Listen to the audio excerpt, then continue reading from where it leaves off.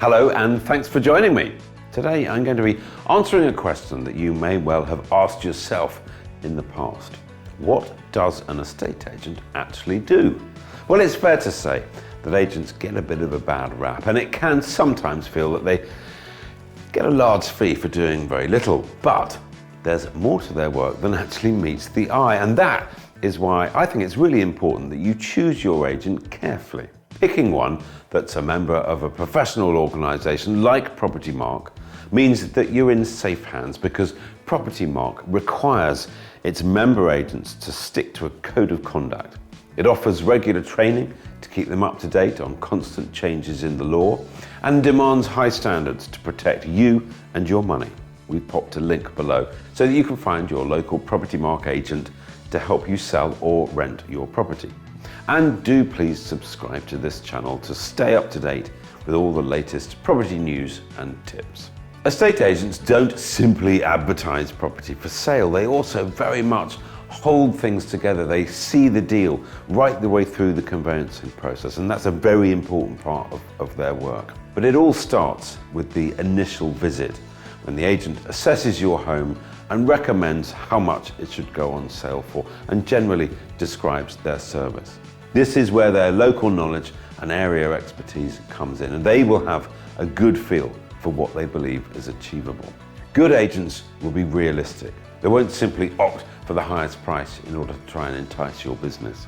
It's worth bearing in mind, agents don't need any qualification to practice, but since they'll be guiding you through the sale of what is your biggest asset, it's reassuring if they know the whole legal framework.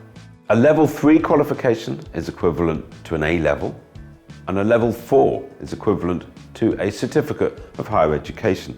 Marketing your property involves creating an accurate property description, arranging professional photos and a floor plan, and adding the home to their website and obviously to various other property portals. Your agent will also contact potential buyers they already know of and promote your property on social media, in their window and through emails. Agents can also recommend a local solicitor if you don't have one, and point you in the right direction to get an energy performance certificate, which is legally required for all properties being sold.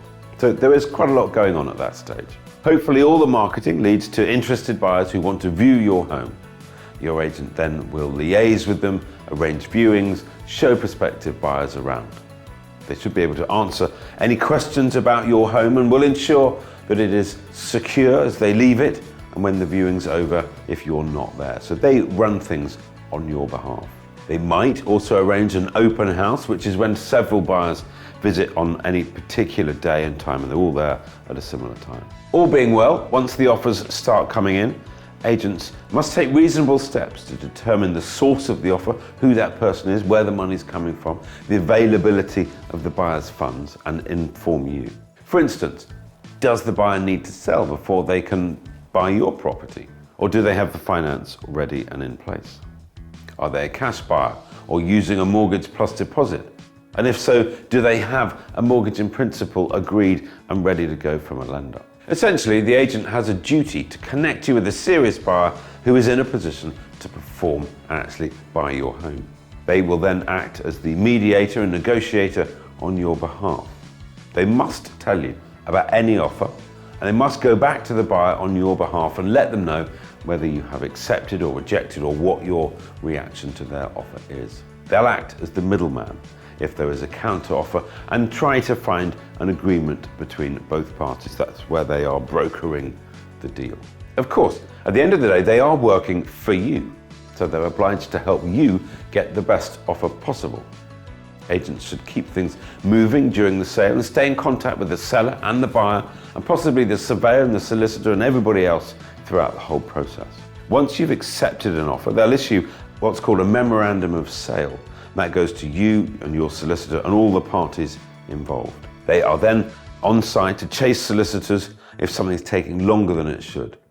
As you can see, estate agents actually do quite a bit more than just bung your home on a property portal. So please do your homework when you're choosing one, and do look for the PROPERTYMARK logo. Thanks for tuning in, and I hope you'll join me soon.